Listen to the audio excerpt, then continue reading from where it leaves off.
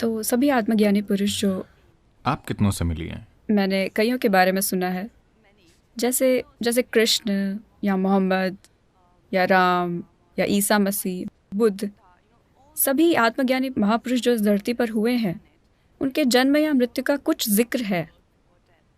और जब शिव की बात आती है, जैसा कि आप कहते हैं, और मैंने पढ़ा भी है कि वो स्वयंभू थे, और मैं अक्सर आपसे ये सवाल पूछती हूँ कि क्या वो हवा में गायब हो गए? और शायद ऐसा ही कुछ हुआ।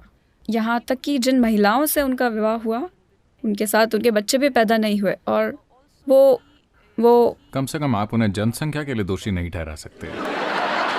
सदगुरु, मैं एक बहुत महत्वपूर्ण बात पर आने वाली हूँ। ऐसी एक थियरी है कि मुझे लगा कि जनसंख्या भी बहुत महत्वपूर्ण नहीं है। नहीं नहीं, ऐसी एक थियरी है कि शिव एलियन है। मेरे पसंदीदा निर्देशक क्रिस्टोफर नोलन ने यह फिल्म बनाई, इंटरस्टेलर, जो मेरी पसंदीदा फिल्मों में से एक है, जिसमें वो लगातार कुछ जीवों को वो कहकर संबोधित कर रहे हैं, वो संपर्क कर रहे हैं, वो हमसे बातें कर रहे हैं, वो ऐसा कर रहे हैं, पर उन्होंने यह कभी स्पष्ट नहीं किया कि वो कौन थे, जैसे कि वो एलियन थे या वो ईश्वर थे, वो कौन थे। और सदगुरु, जैसे मुझे लगता है कि मैंने इसे महसूस किया है, जैसे जब मुझे कोई क्रिएटिव आइडिया आता है तो मुझे अपने दिमाग में कोई ऐसी चीज़ नहीं मिलती जो उसका स्रोत हो।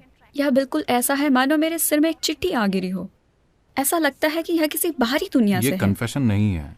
मैं जानती हूँ कि ये कन्फेशन है, पर लेकिन सदगुरु, क्या ऐसा है कि हम बाहरी दुनिया के जीवों द्वारा चलाए जा रहे हैं? क्या ऐसा है?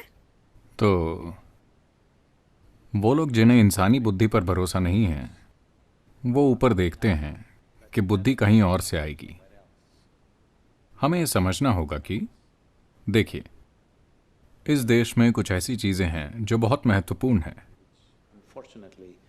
जिन्हें दुर्भाग्य से वर्तमान पीढ़ी पूरी तरह से भूल गई है या बहुत कम लोगों को याद है। और बाकी की दुनिया में कुछ जगहों में उन्होंने पहचाना, बाकी जगहों में ये नहीं है।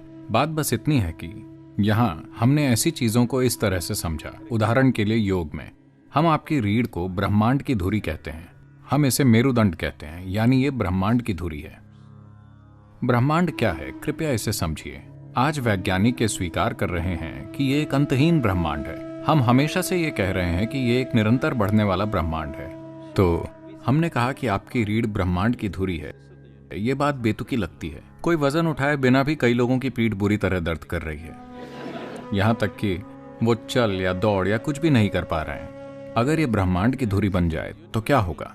हम ऐसा इसीलिए कह रहे हैं क्योंकि देखिए, आपको पता है कि एक ब्रह्मांड है, या आप सोचते हैं कि एक ब्रह्मांड है सिर्फ अपने अनुभव के आधार पर, है कि नहीं? अगर आपने अनुभव नहीं किया होता, अगर आप इसे नहीं देख पाते, अगर आप इसे इस तरह नहीं देख पाते और अनुभव नहीं कर पाते, तो आपको पता नहीं होता कि एक ब्रह्मांड है। केवल आपके अनुभव की वजह से ब्रह्मांड मौजूद है, और वो केंद्र जहां आपका अनुभव संचारित हो रहा है वो आपकी रीढ़ है। अगर हम आपकी रीढ़ में कुछ तार काट दें, आपको शरीर का भी कोई अनुभव नहीं होगा, ब्रह्मांड की तो बात ही छोड़िए। तो चूंकि ब्रह्मांड को अनुभव करने की आपकी क्षमता आपकी रीढ़ में आधारित और केंद्रित है, इसीलिए हम आपकी रीढ़ को ब्रह्मांड की धुरी कह रहे हैं। मान लीजिए कि ये हॉल, देखिए अभी हम इस हॉल की सीमाएं जानते हैं। अब हम ये विवाद कर सकते हैं कि ये इस हॉल का केंद्र है या वो इस हॉल का केंद्र है। मान लीजिए कि इस हॉल की कोई सीमाएं नहीं हैं, तो आप कैसे तय करेंगे कि हॉल का केंद्र कहाँ है? आप जहां हैं वही इस हॉल का केंद्र है ना? इस आधार पर एक मनुष्य के लिए हमने एक पूरी संभावना विकसित की कि कैसे न सिर्फ इन चीजों पर भरोसा करें, लेकिन इसे एक जीवंत अनुभव बना लें।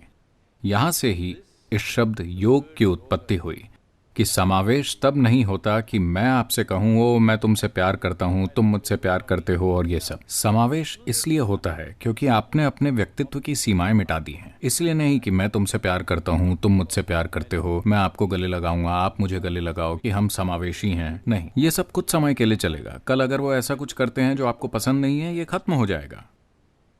पर जब आप अपने व्यक्तिगत स्वभाव की सीमाएं मिटा देते हैं, जिसमें आपका शरीर भी है, और आप जानते हैं कि यहाँ कैसे बैठना है, आप कौन हैं, उसकी सीमाओं से पहचान बनाए बिना आपकी शारीरिक रचना, आपकी मानसिक रचना, आपकी भावनात्मक रचना की एक सीमा है। ये बड़ी या छोटी हो सकती है। नहीं, मैं शरीर के बड़े होने की बात नहीं कर रहा हूँ। ये छोटा या बड़ा हो सकता है, पर इसकी एक सीमा है। पर ऐसे आयाम हैं जिनकी कोई सीमा नहीं है। जिसकी सीमा नहीं है उसकी प्रकृति अभौतिक है। तो हमारा फोकस हमेशा से उस आयाम में होता है जो अभौतिक है। इसीलिए शिव सबसे महत्वपूर्ण बन गए, क्योंकि शिव का अर्थ है वो जो नहीं है, वो जो अभौतिक है। अब क्या वो, हम जिस योगी की बात कर रहे हैं, क्या वो मानव हैं? क्या वो कहीं और से आए हैं? देखिए, कई चीज़ें हैं। जैसा आपने कहा, उनके कोई माता पिता नहीं हैं। जब आप शिव के बारे में बात करते हैं, उनके कोई माता पिता नहीं है, कोई जन्म स्थान नहीं है, किसी ने उन्हें बढ़ते हुए बच्चे की तरह नहीं देखा। हर समय जब भी हमने देखा, वो लगभग उसी आयु के थे। और हम नहीं जानते कि उनकी मृत्यु कहाँ हुई। इतने महत्वपूर्ण व्यक्ति, उस समय में भी अगर उनकी कहीं मृत्यु हुई होती, उन्होंने एक मंदिर बनाया होता, वो उनके लिए किसी तरह का कोई स्मारक बनाते। ऐसा कुछ नहीं हुआ। तो कोई जन्म नहीं है, कोई मृत्यु नहीं है, कोई माता पिता नहीं है, कोई भाई बंधु नहीं है, ऐसा कुछ नहीं है जिससे सिद्ध किया जा सके कि वो यहाँ थे। क्या इसका मतलब ये है कि हम ये मान ले कि वो कहीं और से आए थे? जरूरी नहीं है।